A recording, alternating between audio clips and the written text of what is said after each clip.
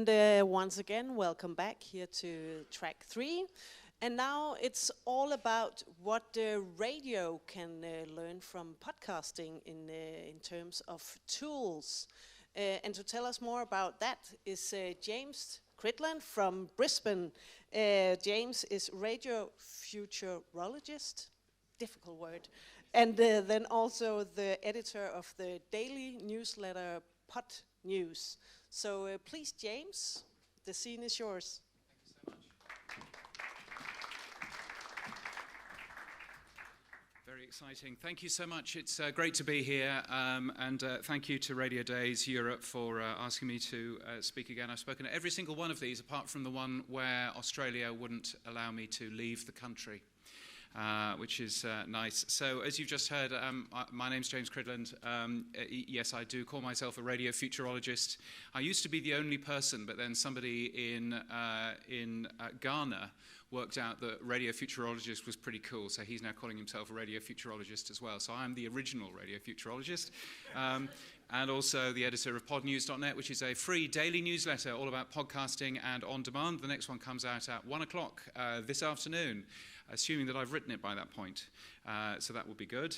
And I'm here to really talk about cool tools for radio companies. I've worked in radio for a long, long time, that we can learn from the podcasting world. And in fact, when I spoke at the first podcast conference in London in 2005, I was basically shouted at by podcasters saying, you fundamentally misunderstand the nature of podcasting, you just don't get it, mainstream media just doesn't know what's going to hit it. Well, here we are 15 years later, and podcasting is brilliant, reaching 40% of the population in most countries, and radio is still reaching 90%. But that's not to say that podcasting can't teach radio a thing or two. So I've got a bunch of tools here which I'm really going to very, very quickly whisk my way through. There are a couple of live demos, so what could go wrong? And we'll see how all of that works. And firstly, I'm going to start off by talking about transcripts. Transcripts, hugely important, hugely useful for us in radio, just getting tape that we can look at and understand what was in a interview so that we can actually grab that and make that audio better. You've probably seen good tape already. Speaking from Denmark, a secure transcription service for your interview tape. This is how I reported it, by the way. I've, as you can see, gone through old editions of my newsletter to work out what it is that I should be talking about. And it's a very cool secure transcription service if you want to very quickly turn some audio into text to help you. That said, there's a bunch of others. There's a free podcast transcription tool from Spreaker that actually works on your computer in the browser. It's a bit slow, but it's completely free, and you don't have to upload your files anywhere at all. So you can end up using that if you like. Or there's a tool from Riverside, which is the latest company to launch one of these tools. Again, it outputs the correct formats for all kinds of useful things, and they use it, and again, completely free. They're marketing it as a way to essentially get them free marketing for their remote recording tool, which I'll come back to in a little while. But you can also install it on your own computer. There's a free version of OpenAI's tools which actually work on your own computer. So let's see if I can get it to work, because that'll be fun, won't it? Nothing will go wrong. So there we are. Let's open. That's never a good start, is it? Ignore. So here we are in my terminal window, and I'm going to ask it to transcribe the last version of the Podnews Daily podcast that came out yesterday, and you should hopefully see exactly how fast it is. It's really fast and really good transcription, given that it's dealing with me, with my hoity-toity English accent, over some excellent music from Studio Dragonfly, and that's it. It's done 4 minutes, pretty well instantaneously. So it's a really good system. Works really, really well in terms of free transcripts that you can actually download too. There was where I showed you it working, and nothing went wrong, so that was good. I talked about remote recording. Remote recording is really, really useful if you have a guest somewhere that you can't get to, and you want really good audio quality. Using things like Zoom and Skype, they're all fine, but you're up to whatever the internet is going to do for you in terms of a good connection and all of that. And that isn't necessarily always going to work perfectly. So what these remote recording tools work like is they actually record on their end, on the guest's end, as well as on your end. And once the interview has finished, it uploads the audio to a central place where you can get hold of them. So the audio quality is really, really good and works really, really well. Riverside is one of those. Squadcast is another, and there's a bunch of other services as well, which are really well worth checking out if you're doing a bunch of interviews that you want to get done in really good audio quality. In terms of microphones, one of the big changes over the last couple of years has been, instead of having, in inverted commas, old-fashioned XLR microphones, the microphones that you will be using in your radio studios, moving from those to USB microphones. The Shure MV7 microphone is really smart in that it's got an XLR connection on it, so you can buy all of the equipment if you really want to, but it's also got a USB connection right at the back of it as well. This is the Shure MV88. This is my microphone that I take when I'm traveling. It's TSA proof because I can keep it in my backpack.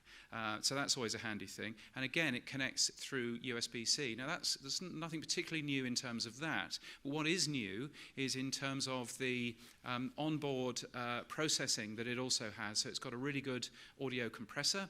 It's got a really good limiter. It does EQ. It does all kinds of things. You can change the pickup pattern from the software. And once you've done that, it's locked. So nothing goes wrong. You don't have to keep on running that particular software on your computer and everything else. It's a really cool, smart thing. Shure's MVX2U is out soon. They're not talking about it yet, but we found the manual for it. And it's going to be just a little thing that you can plug into your own XLR microphone, and it turns it into a USB-C mic with all of this compression and limiting and audio processing on there as well, which is really cool. Makes a massive change not having to pack audio interfaces and mic processors and all of that kind of stuff. It's just one unit, which is really helpful. There's also a ton of tools out there for fixing crappy audio.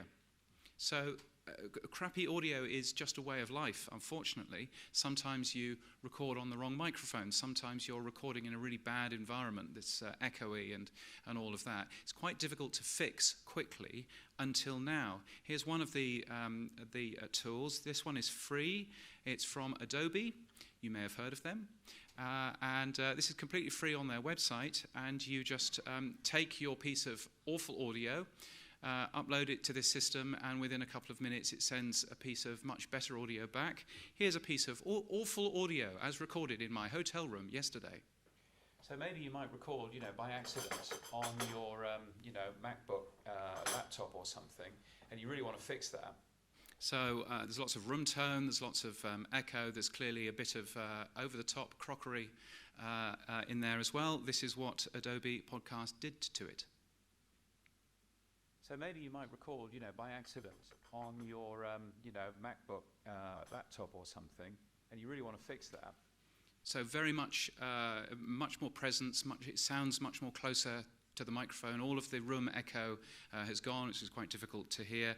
But also, as you heard, pretty well all of the crockery and all of the horrible background noise as well has all gone. Completely free, and you can use that. And you can use that now. Here's another tool which is really cool. This is a tool, I'm not quite sure how to pronounce it, lalal.ai, maybe. But what this allows you to do, particularly if you're making promos, you might want this, where you can take a piece of audio, a song, and you can isolate particular parts of that. It looks like this. So let me play you a song. And by the way, radio people are all deaf, so you can turn up the volume on this. That would be a fantastic thing. Here's a little clip of a song. Got a feeling and I don't know why. So hard on myself every goddamn time.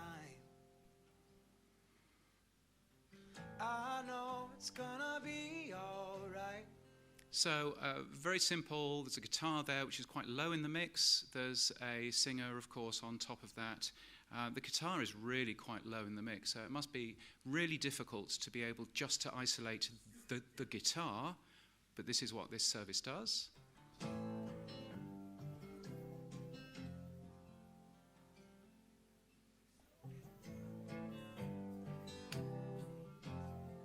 It's not excellent quality, but that's absolutely fine to use in a promo. And here's just the vocal from that same track. Got a feeling and I don't know why. So hard on myself every goddamn time. I know it's gonna be alright. Looks to me like a fantastic tool if you're making promos and stuff like that. Again, there's a free tier on this, and then you pay for, obviously, the more that you end up using it. All using AI, apparently. But then everything does these days, doesn't it? There's also, just for you to clock, the world of podcasting is very much moving into Dolby Atmos, spatial audio, call it whatever you like. I think iHeart call it 360-degree audio, because iHeart would, wouldn't they? But this is very much where the future of scripted podcasting is going. If you are making audio drama and stuff like that, worthwhile considering how you how you build in Dolby Atmos into that particular plan of yours as well. Making audio sound consistent is actually really difficult. If you're part of a large broadcaster, you've got lots of different people making audio in lots of different ways using lots of different tools. This is a great tool called Orphonic that a lot of podcast companies are already using, where you just upload the audio to Orphonic, and it does a bunch of things to make sure that the audio that you are posting sounds consistent. So it both adds dynamic audio compression if it's required. It does noise cancellation, mains hum and all of that stuff if it's required. It makes sure that it's the correct loudness. Minus 16 LUFS is what we use in podcasting, minus 24 LUFS. No, minus 23 in Europe, isn't it, that you use in terms of making radio shows. So it does all of this stuff automatically. It's a very cool service. If you use the Buzzsprout podcast hosting company, they use it, but they call it Magic Mastering. Well worth a peek. I believe it's a German company and does really, really well. And as I say, if you're working for a very large broadcaster, it's really helpful to make sure that all of your audio sounds as consistent as you possibly can do. I'm sure that we're all familiar with Audacity as one of the free audio editors which is out there. Sometimes you want to edit something, you want to top and tail a piece of audio or something without being able to download software. Sometimes your IT department will tell you that you can't download anything, and so you can't have an audio editor on your system. Well, you can just use Wavacity. Wavacity is the Audacity audio editor, but it's in your web browser. Just go to wavacity.com. So if you ever need to do some really quick, simple audio editing, it's a simple plan. Audacity as a product is actually owned by a Russian company, and there is some data that goes back to Russia as well, which is just worthwhile bearing in mind.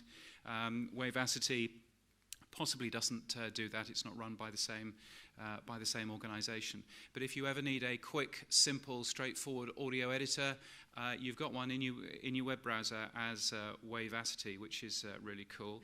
Now, I've shown this a few times, but I think it's worthwhile showing again. This is one of the audio editors that a lot of podcasters are using. It's called Descript. And one of the things it does is it first takes a transcript of what you are saying, works out the different speakers, and then it allows you to edit it as if it's a Word document. So I'll show you this working. Now, more brain drain from the BBC this week, it seems. Mark Kermode and Simon Mayo, we talked about leaving the BBC. It seems that they've found their new... So there's some ums and ers, which we're just going to take out by just highlighting them in the text and deleting. Now, more brain drain from the BBC this week, it seems. Mark Kermode and Simon Mayo, we talked about leaving the BBC. It seems that they've found their new home, James. It's going to be at Sony Productions. It is, and actually it's not their new home because it's the home that they always were on. Their show was produced for the... So this dreadful presenter has just said and they. Get rid of that. They always were on. Their show was produced for the BBC by something else, okay. which is of course owned by Sony, and what they've basically done is they've taken their show... What they've basically done, again, excellent presenting, good work, get rid of all of that nonsense. Of course owned by Sony, and they've taken... So what happens if I screw up the name of the as an independent podcast show when now? I recorded So this? Maybe it's not called Kermode and Mayo, maybe it's called something else. What would I do then?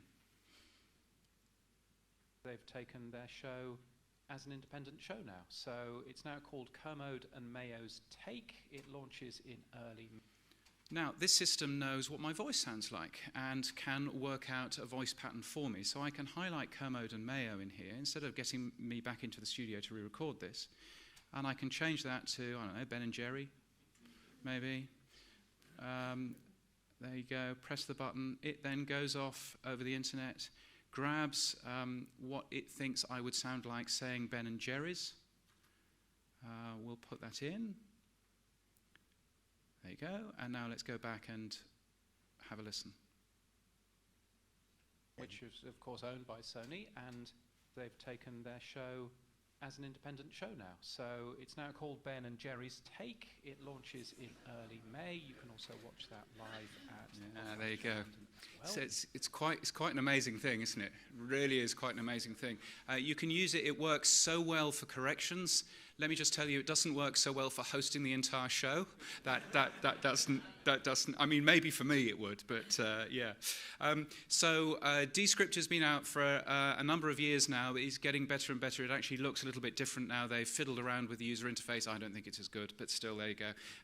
But that's a really simple and straightforward way. If you've got a big interview and you can just want to move some of the answers around and do all of that stuff to make it flow a little bit better, then well worth giving that a go. It's at descript.com. There's me zooming in to make it easier for you to read. Oh, well, never mind. And there is also, though, I think one of the problems with Descript is that it's quite a blunt tool. It's quite difficult to take the care and attention that you would if you were using Pro Tools or Audition or any of those services. So it's always nice having a proper audio editor. So this is where I see if I can actually get Hindenburg to work. This is the new version of Hindenburg. Yes, okay, I'm sure that's going to be fine. And we will see whether or not this is going to work. But so let me just play a little bit of this and make sure that you can actually hear the audio, because that would be handy, wouldn't it? Let's do that. Podcasts for yourself on YouTube Studio. They're still talked about as a test. Now, what you will see right at the top, so this is the another episode of that dreadful podcast that you heard earlier. It's called Podcast Weekly Review. I highly recommend it. What you will see at the top, though, of the bits of audio here is you will see the actual words that were said. So all of a sudden, that makes it much easier and quicker to edit. And it makes it even easier and quicker still if you add the manuscript view, so that, again, you can actually see all of the text there. I know it's a little bit small, but you can see all of the text there. So you can actually whisk through the text, see what you can find, and there you go. Let me find this bit and let me play it from here. Love is live. YouTube podcast, a big nothing burger was basically what he said. A total cluster. I can't say the word. Oh, you can. You can. We can add the bleep. Go for it. Oh, right. I'm not Courtney Kozak. I can't say those words. Total cluster over YouTube. Yes.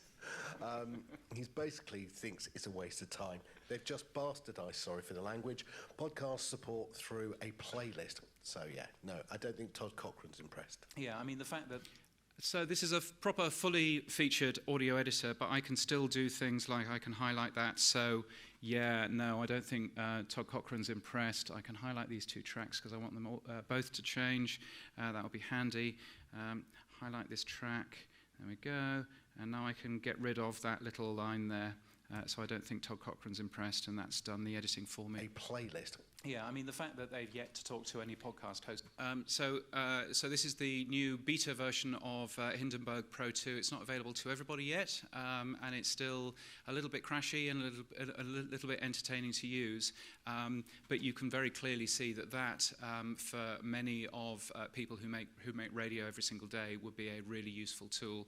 All of this works on your machine as well. It doesn't use any cloud services or anything like that. So, you know, worthwhile having a look at that too. Once you've done all of that, of course, you need to get your audio out. There's a bunch of tools which will turn great audio into great audio and video. So there's Visi is one of those, Adori, Headliner. I'm going to show you a little clip from Audio Labs here.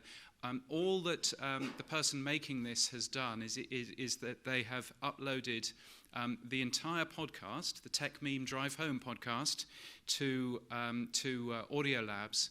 And then they have told Audio Labs to find a minute-long clip so that they can use it on YouTube Shorts, find a minute-long clip and attach some images and video to go alongside that, format it as if it's a YouTube short, and away you go. I say when I wrote it up originally at the end of last year, here's an impressive example featuring sharks and pigs.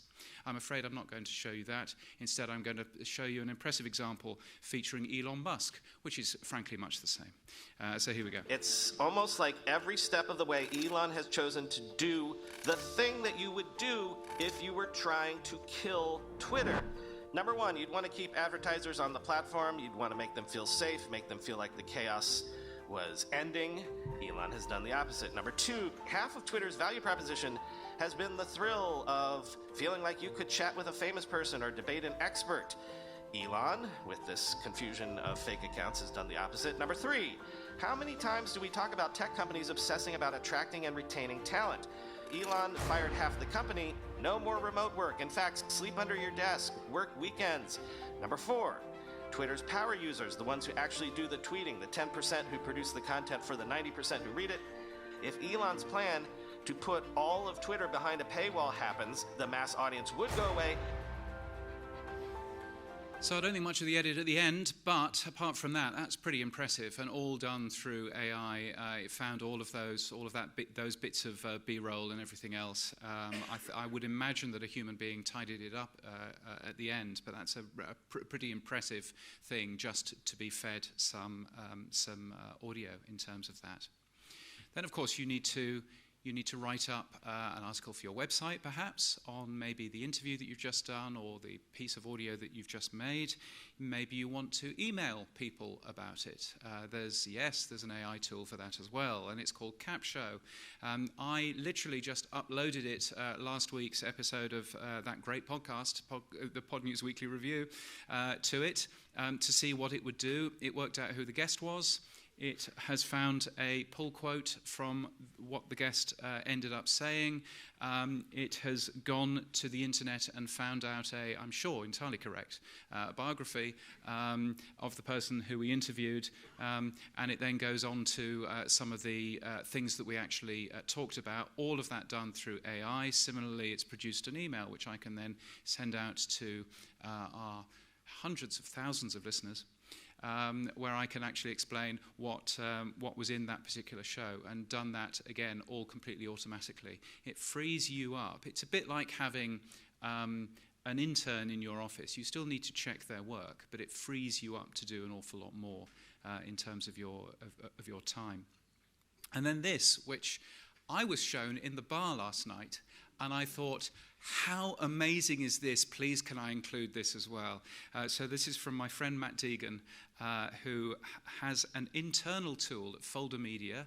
One of the things he does is he runs a podcast network for kids podcasts called Fun Kids in the UK, and he has an internal tool which automatically spots whenever a new podcast has been uploaded, and puts this in the Slack channel. The first thing it does is it has a summary of what the podcast is all about, which is super great. It's normally better than what the producer has written. So that's a super great start. But then secondly, it has a critique. So it actually goes, okay, what was the language okay in here? Was it interesting enough? And as you can see at the bottom, it says the transition from one topic to another can be a bit abrupt. Maybe that's something to work on. Score 85 out of 100. You're a computer, fuck off. But really, really clever. What a great, clever tool. And so if you've got some clever people, as Matt does, David Madeline, who works with him, if you've got some great people, give them the time, apart from the projects that you want them to work on, give them the time to work on things that they might find interesting, because they might build something which is much like this. Oh yes, and then there's stuff that you can do with your archive. We've all got lots and lots and lots of shows that are sitting there on our servers, not doing an awful lot, because they're really difficult to search. They're really difficult to find stuff. And so this is, and this is an example. I'm just reminding myself, did I connect this computer to the internet? I'm not sure I did, so I won't give you a demo of it. But this is an example from the Jordan Harbinger Show podcast. They have a bot, which of course is run by AI, because everything is these days. But their bot essentially allows you to go through and search all 850 episodes of this particular podcast for what was talked about. It's a great way of reinvigorating your archives, reinvigorating your archive material. And one of the demos that I would have done had I remembered to connect this onto the internet would have been, you can actually type in what was the coupon code again for Xero, the accounting software, and it will actually go through and not just grab the coupon code as part of the advertising, but also give you a link to go there and use that coupon code straight away. Super useful, super clever, and well worth taking a peek at. Just go to jordanharbingershow.com and click on the button marked AI at the top, and you can end up playing around with that sort of thing. So I think there are real opportunities here in terms of the world of podcasting and radio colliding, the world of audio in one place colliding with audio in a different place. We've moved, I think, from 15, 20 years ago. I mean, certainly when I started working in radio 35 years ago plus, we were using equipment that was impossible for the average person to buy. It was expensive, reel-to-reel tape machines and very expensive mixing desks and all of that kind of stuff. These days, anything that podcasters are using is good enough quality for anything that we're doing in terms of radio as well. And the amount of tools that are now available for podcasters can also be incredible for radio broadcasters as well. So I would recommend that you keep an eye on podcasting, because you never know what tool might be useful. If, in case you wondered how you might keep an eye on podcasting, then there may be a clue there. But thank you so much for your time. I hope that was helpful, and keep listening. Thank you. So thank you very much, James. And now I understand how you can actually do a daily newsletter, because you have all those little helpers all around. So James, if you were not that fast to take a picture or take notes, is there anywhere where you can, for example, your newsletter, where you can revisit it, all those Yeah, tools? absolutely. If you want to do that, then the best and correct way, of course, would be to buy the videos, buy the catch-up videos from Radiodayseurope.com. Thank you. If you're not doing that, you can also send me an email, james@crid.land, and I will be very happy to send you a copy of this once I've tidied it up a little bit. So yeah, that would be absolutely fine too. And we have time for questions, so please raise your hand if you have a question to James. There you go. There is a question. There's a question at the front. I lay a bet that there wouldn't be any questions, so that's a good start. I was just curious if you know off the top of your head of any huge old archives that are doing something like the thing you just showed for a, relatively recent show. Do you have any examples of some, big 100-year archive or more traditional medium that's I mean, it would be great, wouldn't it? I know that the BBC aren't using these tools, but I know that the BBC has an incredible archiving team who have done an amazing amount of work doing that sort of thing. And in fact, if you go back and you look at the In Our Time podcast, then they've done a really good job of curating that podcast into different subjects, different topics, different feeds. So if you're really into, medieval feudalism, then there's a whole feed on that if you want, and so on and so forth. So I know that the BBC have done a little bit of that, but I think using AI and things like that on helping people navigate those tools is really interesting. There was a talk in the Data Summit on Sunday with the folks from Podimo, and what Podimo have been doing is they've been doing term extraction from the shows that they have on their platform. So term extraction is going in and going, okay, what are people talking about?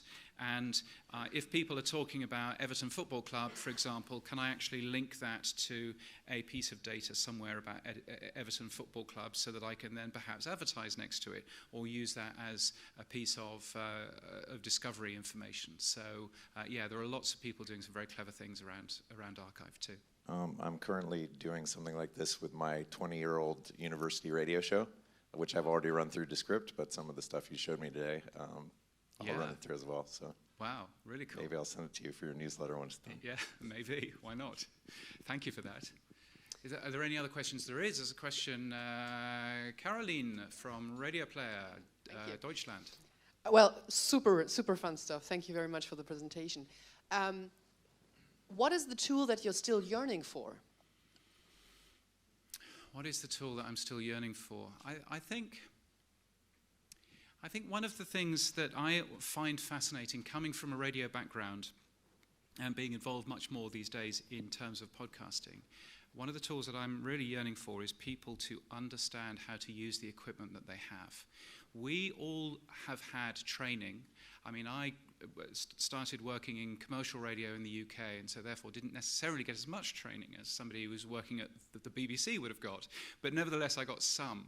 And so we know how to use the equipment that we have. We know how close to be to a microphone to make it work properly. We know roughly the ideas behind how compression works and all of that. And I think one of the tools that I would really like is to help people that don't have that training, that don't have that radio history, to actually understand a bit more of how to get the best out of the tools that they actually have. And so things like the Adobe tool that basically fixes your audio and makes it sounds better. I mean, ideally that would never be needed.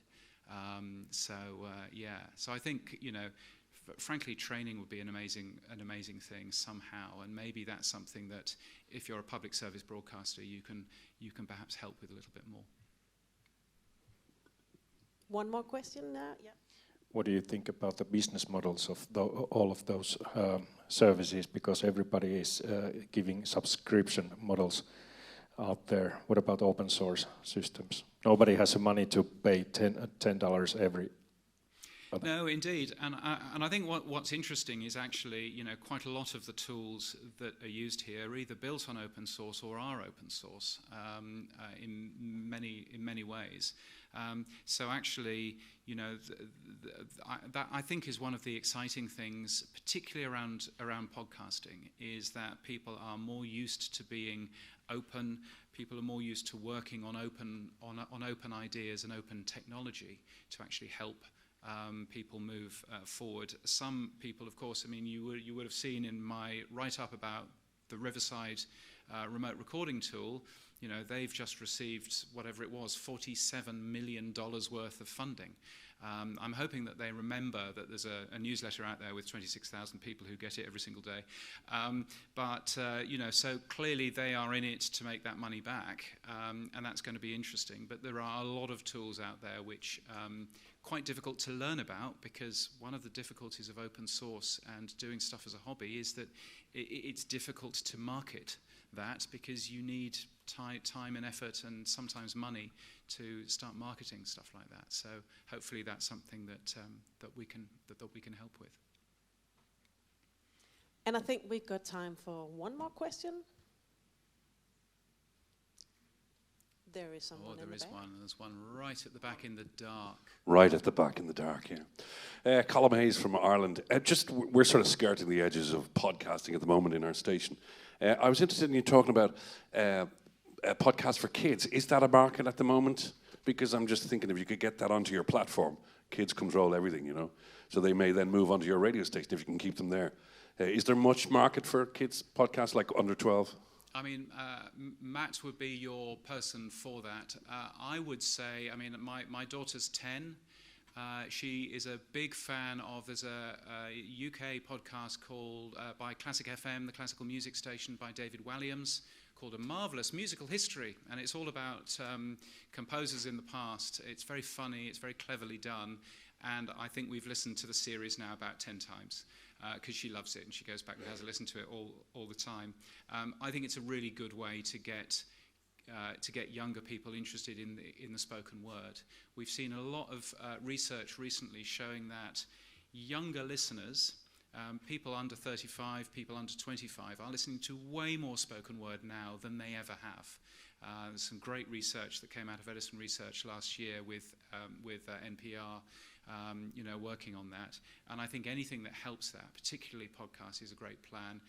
There is a lot of kids podcasts in the US, the UK as well, having a look at that. And I think particularly if you own your own platforms, and the RTE Kids, you know, platform using that as well means that there's a controlled environment to allow kids to play around with that sort of content as well. So yeah, I think that's a good thing. And you should buy all of the Fun Kids stuff as well on your platform too. So thank you so much, James. Thank you so much. Not the world's only, but the leading radio futurologist. Thank you. And then now there's a lunch break, so remember to circle around, because I think there are different things around.